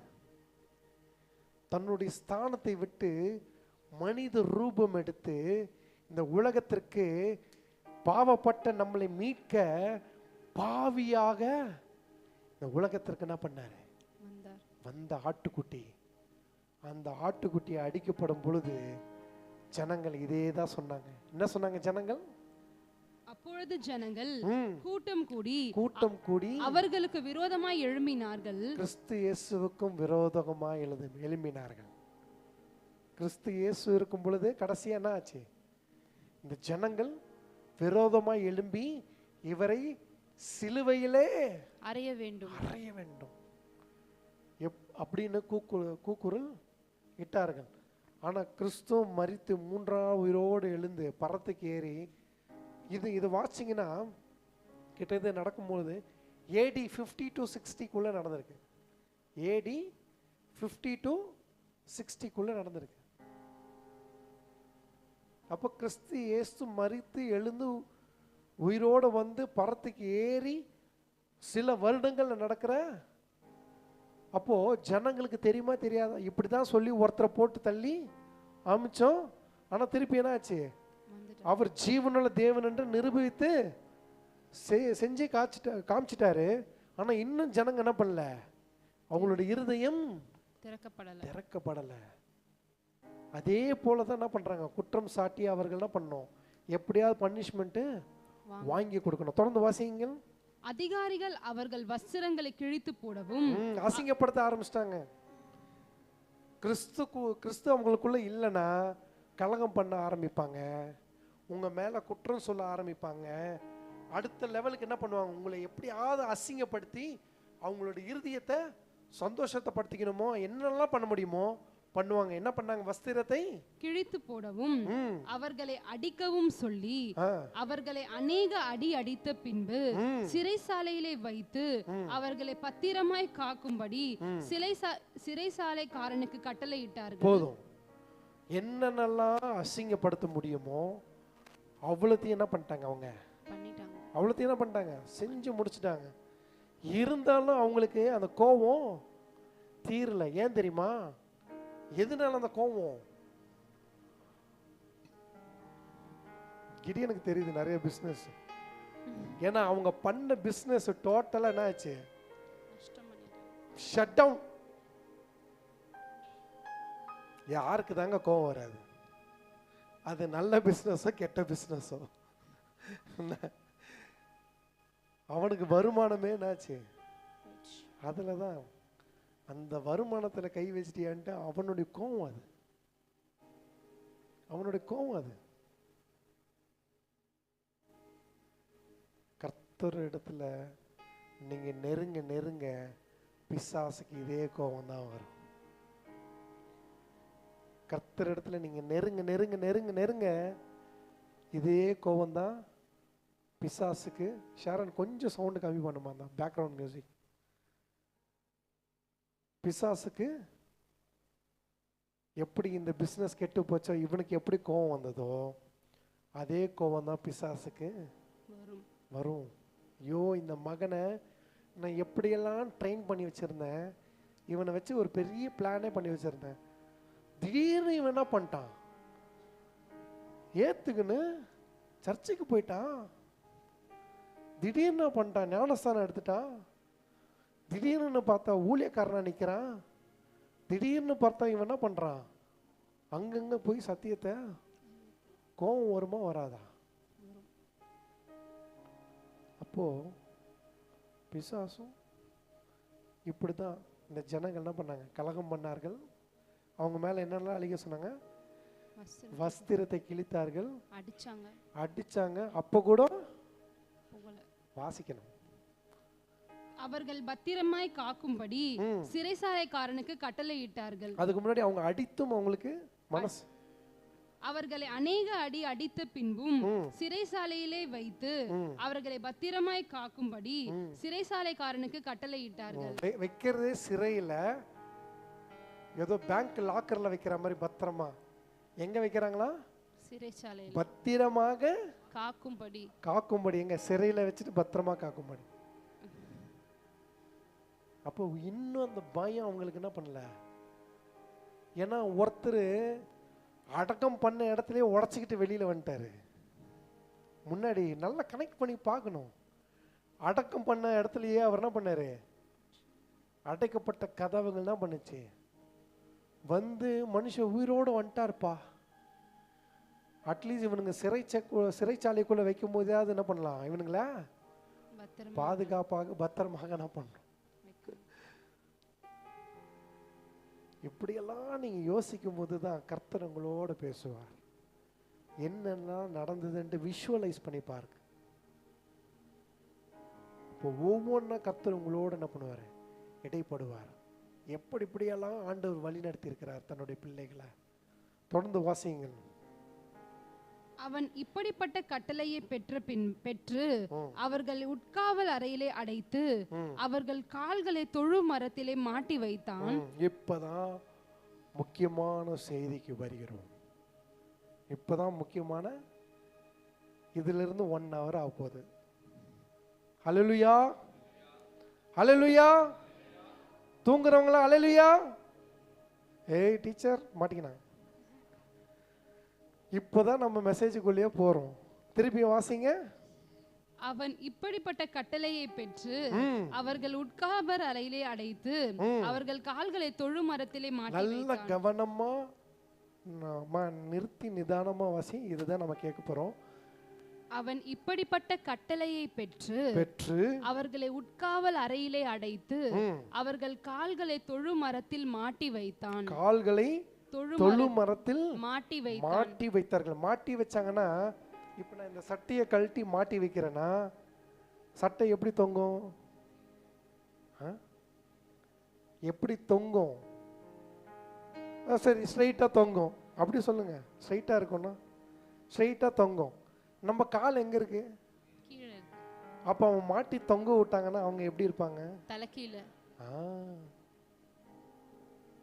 கால்களை தொழுமரத்தில் கட்டி அவர்கள் கால்களை தொழுமரத்தில் மாட்டி வைத்தார்கள். காலை தூக்கி, உங்களுக்கு எல்லாருக்கும் தோற்றிருப்பேன், போகும்போது ஆட்டுக்கால் தொங்கிட்டு இருக்குவேன் மரத்துல. அந்த ஞாபகம் வருதா? கீழே இருக்கிற பாதம் மேல இருக்கும், கால் எப்படி தொங்கும்? இப்படி விஷுவலைஸ் பண்ணாதான் அவங்க பவுலை எப்படி மாட்டி தொங்க விட்டாங்கன்ட்டு உங்களுக்கு தெரியும். ஈஸியா அந்த மரத்துல இருந்து காலை என்ன பண்ண முடியாது, எடுக்க முடியாது. சும்மா தொங்க விட்டுருக்காங்க. தொடர்ந்து வாசிங்கள். நடு ராத்திரியிலே பவுலும் சீலாவும் ஜெபம் பண்ணி தேவனை துதித்து பாடினார்கள். இங்கதான் பெரிய சத்தியமே அடந்திருக்கு. அவங்க என்ன பண்ணாங்க, பவுலையும் சீலாவையும் சிறையில் அடைத்தது மட்டுமில்லாமல் அவங்களை பத்திரமாக கண்காணிக்க ஆட்கள் இல்லாத இருக்கிறது மட்டும் இல்ல, அவர்களுடைய கால்களை தொழுவ மரத்திலே மாட்டி வைத்தார்கள். தொழுவ மரத்திலே சங்கிலி போட்டு கட்டி வைத்தார்கள். இல்லை, மாட்டி வைத்தார்கள். They are literally hanging.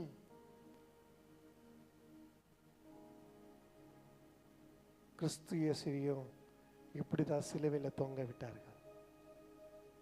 இது அந்த அந்த ஊரோடைய அரசோடைய வழக்கம்.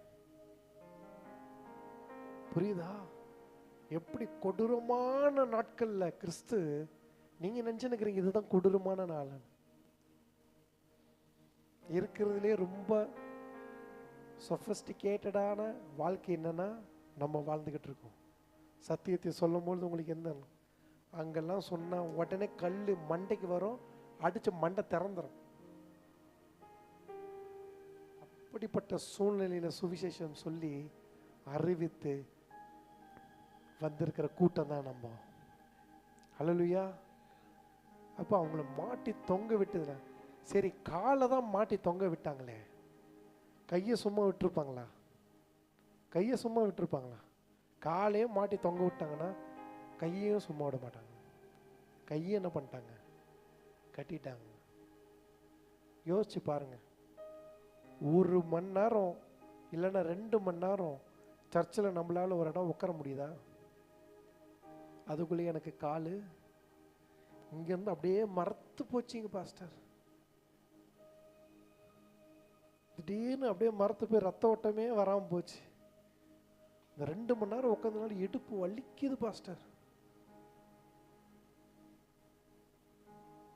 எங்கள் வீட்டில் இந்த நாங்கள் நடந்து போகணுமா, அடுத்த நாள் உடம்பே முடியல, கால் வலிக்குது. ஊழியத்துக்கு போனதெல்லாம் வச்சு கம்ப்ளைண்ட்டாக சொல்லிட்டு இருந்தா உன் காரியத்தை கம்ப்ளைண்ட்டாக ஃபுல்லாக மாற்றிடுவார் ஆண்டவர். புரியுதா? கர்த்தருக்கு செய்கிற காரியத்தையே நீங்கள் என்ன பண்ணுறீங்க, கம்ப்ளைண்ட்டாக மாற்றுறீங்கன்னா நீ யார் யாருக்கெல்லாம் கம்ப்ளைண்ட் பண்ண மாட்டேன்? நீ எதுக்கெல்லாம் கம்ப்ளைண்ட் பண்ண மாட்டேன்? உன் வாழ்க்கையே கம்ப்ளைண்ட் ஆகிடும். நல்லா தெரிஞ்சுக்கோங்க. அவன் உயிரை கொடுத்து ரத்த சாட்சியாக மரிச்சிருக்கிறான், கட்டி தொங்க விட்டுருக்காங்க. ஆனா அப்படிப்பட்ட வாழ்க்கையிலே நம்ம வாழ்ந்துட்டு இருக்கோம். நிம்மதியான வாழ்க்கை கர்த்தர் உங்களுக்கு கொடுத்திருக்கிறார்.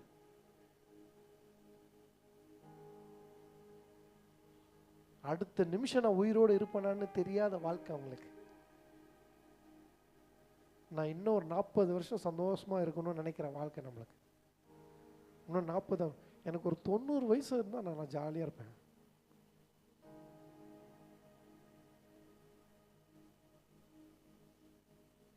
நாட்கள் கொடியதாக இருக்கிறது. இதே மாதிரி இருக்காது. ஆதி காலத்தில் எப்படி இருந்ததோ அதோட கொடூரமாக நடக்க போகுது. கொடூரமாக நடக்க போகுது. உங்களுக்கு நியூஸ்லலாம் பார்க்குறீங்களா இல்லையான்னு தெரியல. ஒரு மலை வாழ் ஜனங்கள் இயேசு கிறிஸ்துவை சொந்த இரட்சகராக ஏற்றுக்கொண்டு ஆராதிக்கிற ஜனங்களை இப்போ போய் மொத்த ஜனங்களும் மாறுங்கன்னு சொல்லி மாற்றி அவங்க ஒரு மிஷன் ஸ்டார்ட் பண்ணியிருக்கிறாங்க. அதுக்கு பேர், அவங்க பேர் மிஷனரி தான். நீங்கள் தான் மிஷனரியும் வச்சுன்னு போய் சுவிசேஷத்தை சொல்வீங்களா? நீங்கள் சொல்கிற இடத்தெல்லாம் காலி பண்ணுறேன்ட்டு அப்படி ஒரு மிஷனரி, ஒரு மிஷன் ஸ்டார்ட் ஆகிருக்கு. நீங்கள் தெரியலன்னா நியூஸை போய் பாருங்கள். போல்டாக டிவியில் இன்டர்வியூ கொடுக்குறாங்க, இத்தனை பேர் மாற்றிட்டேன்ட்டு. அந்த ட்ரைப் ஜனங்களே மாறிட்டாங்க. அப்படின்னா அவங்களை எப்படியெல்லாம் அவங்க மாற்ற வைத்திருப்பார்கள், என்னென்ன சூழ்நிலையிலலாம் அவங்களை கொண்டு போய் விட்டுருப்பார்கள். யோசிச்சு பாருங்க. இன்னும் கொடுமையான நாட்கள் வரப்போகிறது. அவங்க பண்ணது ஒண்ணுமே இல்லை. வீடு வீடா போய் ஜெபம் பண்ணார்கள், சத்தியத்தை சொன்னார்கள். உன் வீட்டில் இருந்து எனக்கு நகையை கொடு, காசை கொடுன்னு போய் சொல்லலை. காசு புடுங்கின ஜனங்க இவங்க மேல தப்பான அலிகேஷனை வைத்து சிறையில் அடித்து கட்டி தொங்க விட்டுருக்கிறாங்க. நமக்கு அதெல்லாம் நடக்கலைன்னு சந்தோஷப்படுங்க. ஆனா கர்த்தர் அப்படிப்பட்ட சூழ்நிலையிலும் அவர்களை விடலை. தொடர்ந்து வாசிங்க. நடுராத்திரியிலே பவுலும் சீலாவும் ஜெபம் பண்ணி தேவனை துதித்து பாடினார்கள். தேவனை துதித்து பாடினார்கள். காவலில் வைக்கப்பட்டவர்கள் அதை கேட்டுக்கொண்டிருந்தார்கள். சடுதியிலே சிறைச்சாலையின் அஸ்திபாரங்கள் அசையும்படியாக பூமி மிகவும் அதிர்ந்தது. உடனே கதவுகள் எல்லாம் திறவுண்டு எல்லாருடைய கட்டுகளும் கிழன்று போயிற்று. ஆமென். ஹல்லேலூயா. கட்டு கலண்டுடுச்சுனா என்ன கட்டினாங்க? நல்லா கவனிங்க, என்ன கட்டினாங்க? கடைசியா வாசிச்சது என்னது? எல்லாருடைய கட்டுகள் கழன்று போயிற்று, அவிழ்க்கப்பட்டது. என்ன எதெல்லாம் கட்டினாங்க? நல்லா தெளிவா உங்களுக்கு சத்தியத்தை சொல்லி இருக்கிறேன். அப்படியே வாயை மூடிட்டு இருக்காங்க. என்னெல்லாம் கட்டினாங்க? அப்புறம் கை போடல, ஆனா காலே கட்டினவங்க கையும் கட்டியிருக்காங்க. ஆனா இங்க உடஞ்சிருச்சே. எப்படி? ஏன்னா கட்டினவன் காலம் கையை தான் கட்டினா, வாயை கட்டல. அல்லேலூயா, அல்லேலூயா. இது சிரிக்கிற விஷயம் இல்ல, சிந்திக்கிற நேரம். அவனுக்கு கிடைச்சது வாய்ப்பு என்னது? He got the only opportunity to praise God with his mouth. அந்த முட்டா பசங்களுக்கு காலை கட்டினானுங்க, கையை கட்டினானுங்க, வாயை கட்டல. இதுதான் கர்த்தருடைய ஆவி உனக்குள்ள இருக்கும் பொழுது நீ எப்படியெல்லாம் ஆண்டவரை ஆராதிக்கணும்னு நினைக்கிறியோ அந்த ஆப்பர்ச்சுனிட்டி நீ யூஸ் பண்ணி கர்த்தர் உன் சிறையறப்பை மாற்றுவார். அல்லேலூயா, அல்லேலூயா. அவன் காலை மட்டும் கையை மட்டும் கட்டிட்டாரு, வாயை கட்டாம விட்டுட்டாரு. அவன் வாயை கட்டாதனால அவன் வாய் என்ன பண்ணுது? துதித்து பாடினாருங்க. என்ன போட்டிருக்குது? வாசிங்க. பவுலும் சீலாவும் ஜெபம் பண்ணி தேவனை துதித்து பாடினார்கள். இல்ல நிறுத்தினு. ஜெபம் பண்ணி தேவனை துதித்து பாடினார்கள். 3 காரியம் பண்ணாங்க. 3 காரியம் என்னால பண்ணாங்க? கைய காலை வச்சு பண்ணல, அவங்க வாயால என்ன பண்ணாங்க? ஜெபம் பண்ணினார்கள், துதித்தார்கள், பாடினார்கள். இந்த 3 காரியம் அவங்க வாயாலே அந்த காரியத்தை பண்ணும் பொழுது கர்த்தர் என்ன பண்ணாரு? சடுதியாய் வந்து அவங்க சிறையறப்ப என்ன பண்ணாரு? கர்த்தர் மாற்றினார். உடைத்து எறிக்கப்பட்டது. அல்லேலூயா. இதுதான் கர்த்தருடைய செயல். உன் கால் கட்டப்பட்டிருக்கா? உன் கை கட்டப்பட்டிருக்கா? இதை வச்சு கம்ப்ளைண்ட் பண்ணாதீங்க. ஐயோ எனக்கு முடியல, இப்படி இருந்தா நான் அப்படி பண்ணிருப்பேனே, இப்படி இருந்தா நான் அதை செஞ்சிருப்பேனே. இருக்கிறத வச்சு என்ன பண்ண போற? கர்த்தருடைய எதிர்பார்ப்பு அதுதான். அல்லேலூயா, அல்லேலூயா. கம்ப்ளைண்ட் பண்ணீங்கன்னா உங்க வாழ்க்கை கம்ப்ளைண்ட் தான். பிரச்சனை அவர்கிட்ட இல்ல, பிரச்சனை உங்ககிட்ட. அவர்கள் தொங்க விட்டிருக்கிறாங்க. அவங்க சூழ்நிலையை பாருங்க. அந்த சூழ்நிலையில ஏன் ஆண்டவரே உங்க சத்தியத்தை தான் சொன்னேன், உங்களுக்காக தான் ஜெபம் பண்ண போனேன், ஆனா எனக்கு கிடைச்ச பலன் இதுதானா? என்னை தொங்க விட்டுட்டானுங்களே. அழுவல. கர்த்தருடைய ஆவி அவங்களுக்குள்ள இருந்ததுனால வைராக்கியமா என்ன பண்ணாங்க? ஜெபம் பண்ணினார்கள், துதித்தார்கள், பாடினார்கள். ஏன்னா அவங்க புத்திசாலி. They know the answer. They have the key to open. இந்த பிரச்சனையிலிருந்து விடுவிக்க வேண்டிய ஒரே ஆள் யாருன்னா இயேசு மாத்திரமே. அவர்தான் நமக்கு வந்து நீதியை தரணும். மற்றவங்க யார் எனக்கு நீதியை தர வேணாம், மற்றவங்க யார் எனக்கு விளக்காட வேணாம், மற்றவங்க யார் எனக்கு உதவி செய்ய வேணாம், மற்றவங்க யார் எனக்கு சப்போர்ட்டா நிக்க வேண்டாம். கர்த்தருடைய சமூகத்துல நீ வைராக்கியமா நில்லு. உனக்காக அவர் சாட்சி கொடுக்க வருவார், உனக்காக வழக்காடுவார். உனக்கு பட்சத்தில் அவர் இருக்கும் பொழுது உனக்கு எதிராய் நிற்பவன் யார்? அல்லேலூயா, அல்லேலூயா. கர்த்தர் உங்களோடு இருப்பார். அவனுக்கு என்னென்னலாம் முடியலையோ அதை வச்சு இல்ல, என்ன முடியுதோ யோசிச்சு அதை செஞ்சான். கர்த்தர் அவன் சிறைப்பை மாட்டினார். இன்னைக்கு நீங்க யோசிங்க, இன்னும் என்னென்னலாம் ஆப்பர்ச்சுனிட்டி கர்த்தர் எனக்கு கொடுத்திருக்கிறார், எதெல்லாம் நான் யூஸ் பண்ணாம இருக்கிறேன், எதெல்லாம் நான் யூஸ் பண்ணாம இருக்கிறேன். Think about that. God has given so much of opportunity, so much of talent in you, but we are still wasting our life, always complaining. We are not for chosen for that reason. அதற்காக நாம் அழைக்கப்பட்டவர்கள் இல்லை, அதற்காக தெரிந்து கொள்ளப்பட்டவர்கள் இல்லை.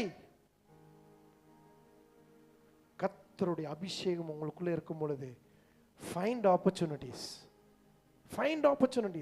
எதெல்லாம் வாய்ப்பு இருக்கிறது, எப்படியெல்லாம் கர்த்தர் நம்மளை மோல்ட் பண்ணி வச்சிருக்கிறார். But we are wasting our time. அவங்களுக்கு ஒரே ஆப்பர்ச்சுனிட்டி, அவங்களுக்கு இருந்த வாய். ஜெபம் பண்ணினார்கள், துதித்தார்கள், பாடினார்கள். இந்த 3 மட்டுமே வைத்து என்ன நடந்தது அடுத்து பார்ப்போம். டக்குன்னு போயிடலாம். சிறைச்சாலைக்காரன் நித்திரை தெளிந்து சிறைச்சாலையின் கதவுகள் திறந்திருக்கிறதை கண்டு போதும். என்ன ஆச்சு? ஒரு பெரிய அசைவு. சங்கிலி எல்லாம் உடைக்கணும்னா சும்மாவா? ஒரு பெரிய யானை வந்து அந்த செவுத்தை இடிச்சு உடைச்சாதான் என்ன ஆகும்? இல்லைன்னா பொக்லைன், இப்போதான் பொக்லைன்லாம் வந்துருச்சே, அதெல்லாம் போய் என்ன ஆயிடுச்சு, அடிச்சாதான் ஒரு கல்லா. அப்போ அவங்க சங்கிலியெல்லாம் உடைச்சு செதறதுன்னா அப்போ எப்படிப்பட்ட அதிர்வு கர்த்தர் அங்கே என்ன பண்ணியிருக்கணும், கொடுத்துருக்கணும். அவருடைய கோபத்தின் வெளிப்பாடு தான் அது. ஹல்லேலூயா. உன்னை தொடுகிறவன் வாயை திறந்து சொல்லுங்க, உன்னை தொடுகிறவன் என் கண்மணியை தொடுகிறவன். அப்போ அவருடைய ஆவியை கொண்டு ஊழியக்காரர்களை கட்டி தொங்க விட்டுருக்கும் போது கர்த்தர் சும்மா இருப்பாரா? அங்க என்ன நடந்தது? சடுதியிலே சிறைசாலையின் அஸ்திபாரங்கள் அசையும்படியாக பூமி மிகவும் அதிர்ந்தது. அது யாரு? என்ன, என் பிள்ளைங்களை நீ தொட்டுட்டியடா, அவங்களை எப்படி கொண்டு வரணும்னு எனக்கு தெரியும். பூமி மிகவும் அதிர்ந்தது. ஹல்லேலூயா. அவருடைய பிள்ளைகளா இருக்கிறதுக்கு நம்ம சந்தோஷப்பட்டிருக்கோம். ஆமென். ஏன்னா எல்லாத்தையோட கண்ட்ரோல் யார் கையில இருக்கு? அவர் கையில தான் இருக்கு. அதை எப்ப அமைதலாக்கணும், எப்ப அதை அதிர வைக்கணும்ட்டு அவருக்கு தெரியும். ஹல்லேலூயா. ஹல்லேலூயா. அதுக்கு இப்ப வெளியே நடக்கிறதா சாட்சி. ஆமென். இப்போ தொடர்ந்து வாசிங்கள். உடனே கதவுகள் எல்லாம் திறவுண்டது, எல்லாருடைய கட்டுகளும் கலன்று போயிற்று. சிறைச்சாலைக்காரன் நித்திரை தெளிந்து சிறைசாலையின் கதவுகள். அவன் தூங்கல, அவன் பயந்துட்டான். என்னடாது, சடுதியாய் ஒரு நிலநடுக்கம் மாதிரி வந்து நிலங்கள்லாம் அதிருதுன்ட்டு என்ன பண்ணிட்டான், அவன் மயங்கி விழுந்துட்டான். அவன் தூங்கினே இருந்து நிலம் அது அவனை எழுந்திருக்க மாட்டானா? இல்லையே. அவன் நித்திரை தெளிந்து அவன் என்ன பண்றான், சிறைச்சாலையின் கதவுகள் திறந்திருக்கிறதை கண்டு, சிறைச்சாலை கதவுகள் திறந்திருக்கிறதை கண்டு என்ன பண்றான், கட்டுண்டவர்கள் ஓடி போனார்கள் என்று எண்ணி அவன் பயந்துட்டாங்க. இவங்களை என்ன ஃபர்ஸ்ட் என்ன சொன்னாங்க ஜனங்க? நல்ல ஏன் இந்த வார்த்தை வந்தது?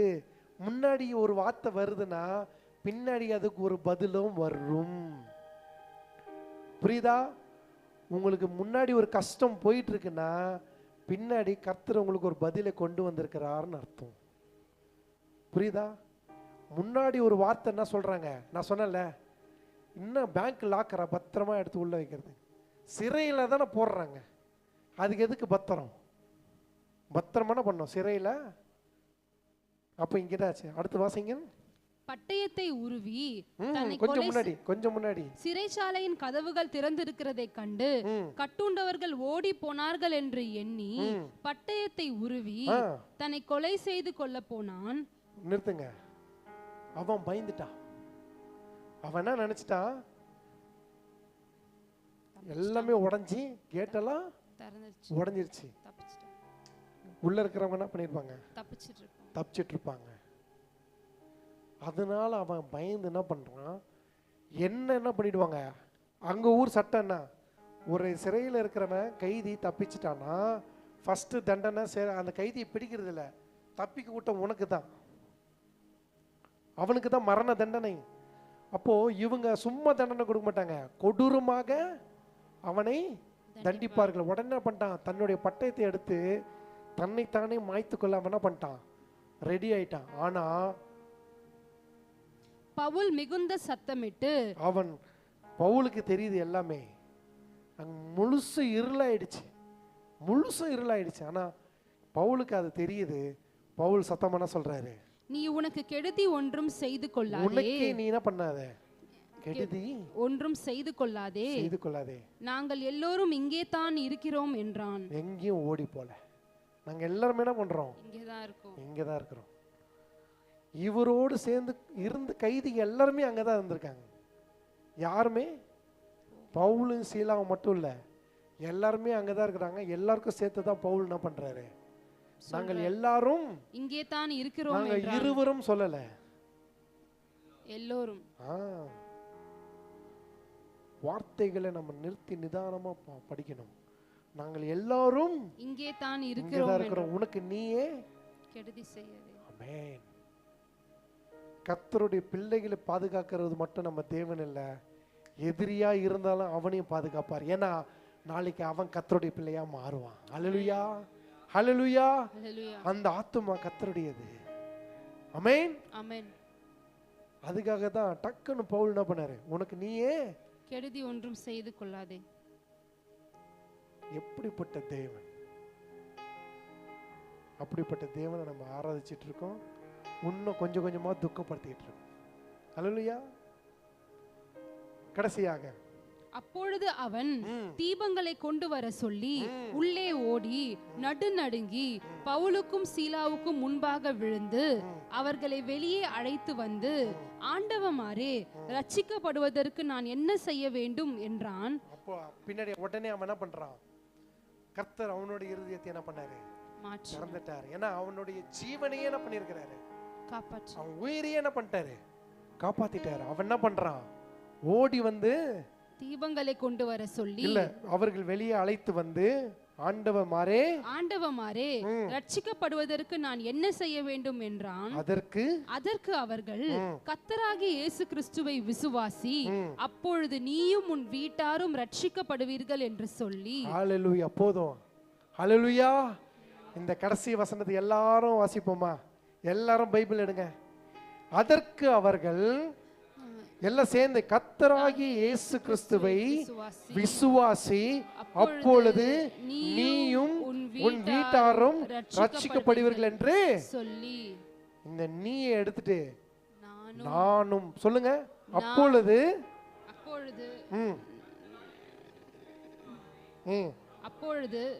நானும் என் வீட்டாரும் ரட்சிக்கப்படுவோம் என்று. ஹல்லேலூயா. கரங்களை தட்டி கர்த்தருடைய நாமத்தை மையப்படுத்துவோமா. இன்னைக்கு நான் சொன்னல, ஆசீர்வாதத்தோட போவீங்களே, இன்னைக்கு அந்த ரட்சிப்பு வந்தது. ஆமென், ஆமென். அந்த விசுவாசத்தோடனே நீங்க போங்க. எப்படி லீதியாளோட இருதயத்தை கர்த்தனை பண்ணாரு, திறந்தார். 3 கேரக்டரை பார்த்திருக்கிறோம். லீதியாளோட இருதயத்தை கர்த்தனை பண்ணாரு, திறந்தார்.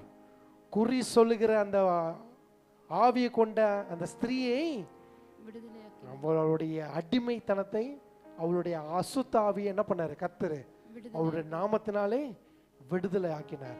இங்க 3வது, தன்னைத்தானே மாய்த்து கொள்ள சென்ற அந்த காவலரை கர்த்தர் என்ன பண்ணாரு, அவன் ஜீவனை காத்து அவனுக்கு ரட்சிப்பை கொடுத்திருக்கிறார். ஹல்லேலூயா. இந்த 13 வசனத்துல 3 கேரக்டரை கர்த்தர் என்ன பண்ணியிருக்கிறாரு. அப்ப எத்தனை வருஷமா இருக்கிறோம், எத்தனை கேரக்டர் நான் என்ன பண்ணிருக்கணும், கர்த்தருக்குள்ள கொண்டு வந்திருக்கணும். இன்னைக்கு இந்த வருஷம் எண்டு வரப்போகுது. இந்த கேள்விக்குரிய உங்களுடைய வாழ்க்கையில் நான் வைத்து போகிறேன். இத்தனை நாள் ஒன்லி இன்கமிங்கே தான் நம்ம என்ன பண்ணிட்டு இருக்கோம். very expecting. How about outgoing? You know what? மற்ற சபைகள் எல்லாம் இது மிஷன் மந்த், ஊழியத்திற்கு ஊக்கமாய் கொடுக்கிற மாசம், அநேக மிஷனர்களை தாங்க வேண்டிய ஒரு மாசம். சபையாகிய நீங்கள் யோசித்து பாருங்க, நான் எவ்வளவு சப்போர்ட்டிவா இருக்கிறேன் ஊழியத்திற்கு. அவன் சூழ்நிலையை பார்த்து அழுல, கையும் காலையும் கட்டப்பட்டதுனால அவன் வேதனையா இருந்து கம்ப்ளைண்ட் பண்ணல. inefficientlyயும் he is trying to behave how efficient you are. He is trying to prove his efficiency in inefficient time. இதுதான் கர்த்தர் நம்ம கிட்ட எதிர்பார்க்கிறார். How we are using our opportunity. This is the time. This is the time. Take a time and take a call immediately. It's time to change. First me. I need to change, and after that I'm ready to change my world. Hallelujah. Hallelujah. இந்த மூன்று காரியங்கள், இந்த மூன்று நபர்களை கர்த்தர் என்ன பண்ணாரு, எப்படி விடுவித்தாரோ, உன் சூழ்நிலை இந்த மூணுக்குள்ள எப்படி இருந்தாலும் அந்த சூழ்நிலை கர்த்தர் மாற்றப் போகிறார். நீ வெறுமையாக போல, உன் இருதயம் திறக்கப்பட்டிருக்கிறது. உனக்கு கட்டப்பட்ட எல்லா பிரச்சனையும் கர்த்தர் கட்ட அவிழ்த்து விட்டுட்டார். உன் ஆத்துமாவை கர்த்தர் காப்பாத்திருக்கிறார். இந்த மூணு காரியத்தோடு நீங்க போங்க, கர்த்தர் பெரிய காரியங்களை செய்வார். ஹல்லேலூயா. கர்த்தர் தாமே உங்களை ஆசீர்வதித்து காப்பாராக. தலையை தாழ்த்தி ஜெபிப்போம். எங்களை அதிகமாக நேசிக்கும் எங்கள் அன்பின் பரலோக தகப்பனே, இந்த ஆசீர்வதிக்கப்பட்ட அந்த நாளிலே ஆண்டவரே, அநேக காரியங்களை குறித்து உடைய வார்த்தையை நாங்கள் தியானிக்க, உடைய சத்தியத்தை நாங்கள் புரிந்து கொள்ள எங்களுக்கு கிருபையா இருந்ததுக்காக நன்றி சொல்கிறோம். எங்கள் வாழ்க்கையை முழுமையாக உடைய சமூகத்தை நாங்கள் அர்ப்பணிக்கிறோம். எப்படியோ இருந்த நாங்கள், எப்படியோ இருந்த எங்கள் சூழ்நிலை கர்த்தர் இப்படி ஒரு ஆசீர்வாதமாக மாற்றி உமக்கு பிள்ளையாக, உமக்கு மகனாக, மகளாக எங்களை தெரிந்து கொண்டதுக்காக உமக்கு நன்றி. என் கட்டுகள் அவிழ்க்கப்பட்டதுக்காய் நன்றி. என் இதயம் திறக்கப்பட்டதுக்காய் நன்றி. என் வாழ்க்கையை மாற்றி உம்மை ஆராதிக்கிற ஜனமாக என்னை வைத்ததுக்காக உமக்கு நன்றி சொல்கிறோம். எங்கள் சூழ்நிலை இப்படியே இராதபடிக்கு நாங்கள் எப்பொழுதுமே கம்ப்ளைண்ட் பண்ணாமல், இல்லாதவற்றை குறித்து நாங்கள் யோசிக்கிறத விட இருக்கிறத வைத்து எப்படி கர்த்தருக்காக நாங்கள் ஆதாயப்படுத்த வேண்டும் என்று இறுதி நீர் எங்களுக்கு வைக்க போகிறதுக்காக நன்றி. உங்களுடைய சமூகத்தில் எங்கள் வெறுமையாய் தாழ்த்துகிறோம். வந்திருக்கிற ஒவ்வொரு சபையாரை இயேசுவின் நாமத்தினாலே ஆசீர்வதிக்கிறோம். ராஜா, அவர்கள் வெறுமையாய் போகாதபடி உங்களுடைய அபிஷேகத்தையும் உங்களுடைய ஆசீர்வாதத்தையும் உங்களுடைய மகிமையும் பெற்று செல்லுகிறாளாக காணப்படி நீ கிருபை தரப்பதுக்காக நன்றி. பெரிய காரியங்களை செய்யுங்க. மாறாத மீட்பர் இயேசு கிறிஸ்துவின் நாமத்தில் ஜெபிக்கிறோம் எங்கள் ஜீவன நல்ல பிதாவே. ஆமென். ஹல்லேலூயா. ஹல்லேலூயா. ஆமென். கர்த்தர் தாமே